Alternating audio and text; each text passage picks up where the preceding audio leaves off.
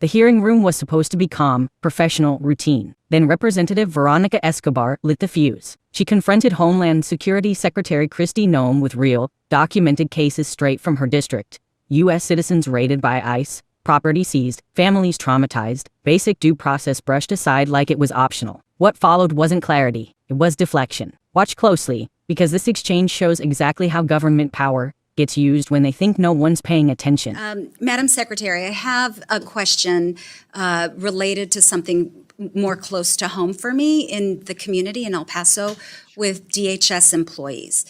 For decades, CBP employees who work at our land ports of entry have been contractually allowed by CBP to have an off-site location for their union. And this off-site location is completely funded by union dues, not by taxpayer money. And again, this was something agreed to in their contract.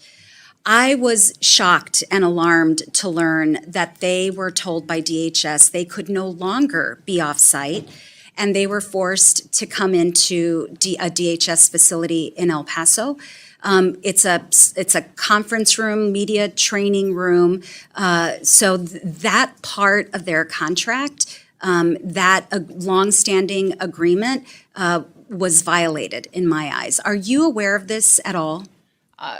I have heard about it, but I don't know the details of that agreement, so I can follow up with you and get that back to you. And if you would lay out the concerns for being co-located, I think that would be fantastic for me to know. We will. We'll make sure to communicate with your team. Would love to work with you on this. The same has not been true for the Border Patrol Union.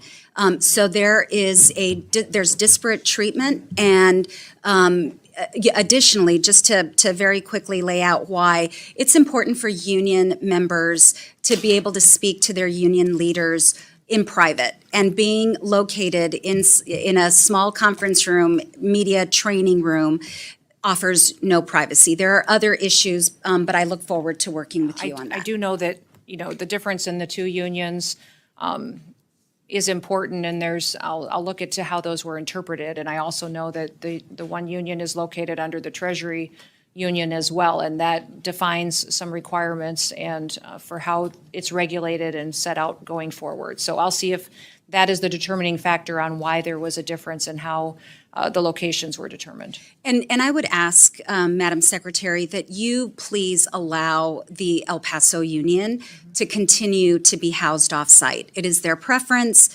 doesn't impact the budget or appropriations. They pay for it. So I don't see a reason why this long-standing, decades-long situation should be changed. So would ask for your support for that, please. I'll look into it. Okay, perfect.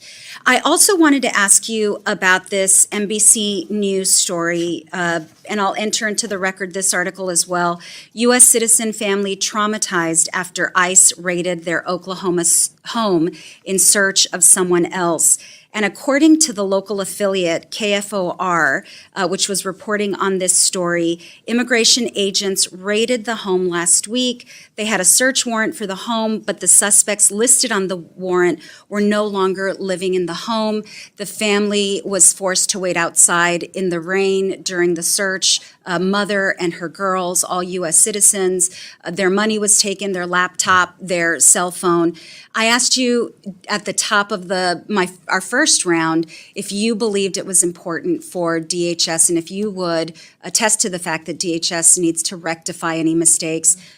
If this were a mistake, will you ensure that this family, this U.S. citizen family, gets its property back in a timely manner?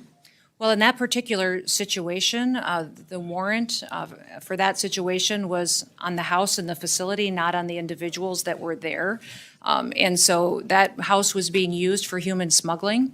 And so those operations were conducted against the facility. And even in that situation, there was some individuals there with the same last names and some of the similarities. But if it were a mistake, Madam Secretary, we believe everything was done appropriately, and we'll continue to make sure that it is done and handled appropriately. All right. Well, appreciate you looking into it. Not my constituents, but You had mentioned in your testimony, and you've said previously, that the focus of your agency is to go after the worst of the worst, people who are here illegally.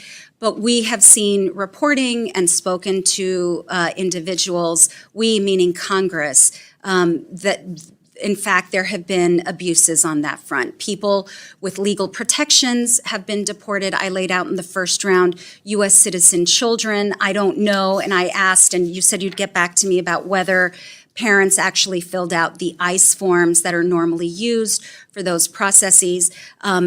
U.S. citizen families with nothing to do with human trafficking, and now DHS employees as well, in my view, have been subjected to an abuse of power. And we all swore an oath to the Constitution. This is a democratic republic. Rule of law is important, due process is important, and ultimately that will be my North Star, not just in this hearing, but throughout everything that I work on as a member of Congress. I thank you, Madam Secretary, and Mr. Chairman, I yield back. This moment matters because it pulls back the curtain on how power operates far from the headlines, quietly, bureaucratically, and with real human damage. Veronica Escobar isn't grandstanding here. She's doing exactly what congressional oversight is supposed to do, raising specific, verified concerns from her own constituents and demanding straight answers from an agency with massive power over people's lives. What's striking isn't just the ICE raid itself, it's how routine these explanations have started to sound. Start with the union space issue. DHS employees in El Paso had a decades-long, contractually agreed-upon off-site union office, paid entirely by union dues, not a dime of taxpayer money. That space wasn't a luxury, it was a safeguard. Union members need privacy to speak freely about workplace concerns without fear of retaliation. Forcing them into a shared DHS conference room with zero privacy changes the entire dynamic. Even if it's dressed up as logistics, it raises serious questions about whether worker protections are being quietly eroded under the guise of administrative convenience. Then comes the Oklahoma raid. And this is where the human cost becomes impossible to ignore. A U.S. citizen family, including children, is forced outside in the rain while agents execute a warrant tied to someone who no longer lived there. Their money is taken, electronics seized, and when asked whether the family will get their property back, the answer isn't a clear yes, it's justification. The warrant was for the house. The house was allegedly connected to human smuggling. Therefore, everything that followed is treated as acceptable collateral damage. That logic should alarm every American, no matter where you stand politically. Once enforcement shifts from targeting individuals based on solid evidence to targeting locations and sweeping up whoever happens to be inside, the risk of innocent people getting crushed skyrockets. Due process isn't supposed to be an afterthought, it's supposed to be the guardrail. Escobar connects the dots to a broader pattern. U.S. citizens detained, legal residents deported, families separated, even DHS employees feeling squeezed. When mistakes happen, and in any large system they will, the real test of leadership is whether those mistakes are owned and fixed fast. What we see instead is deflection, vague promises to look into it, and a refusal to clearly say, if we got this wrong, we will make it right. This isn't about whether immigration laws should be enforced. Escobar explicitly agrees serious criminals should be removed. The issue is whether enforcement is happening within the Constitution, with respect for due process, labor rights, and basic human dignity. A democratic system depends on those limits. Without them, power stops being accountable. That's why moments like this hearing matter. Oversight isn't harassment. Questions aren't attacks. They're the mechanism by which the public learns how decisions are really being made in our name, and whether those decisions still line up with the values we claim to stand for. If you believe constitutional rights don't end at your front door, that government agencies must be accountable when innocent people are harmed,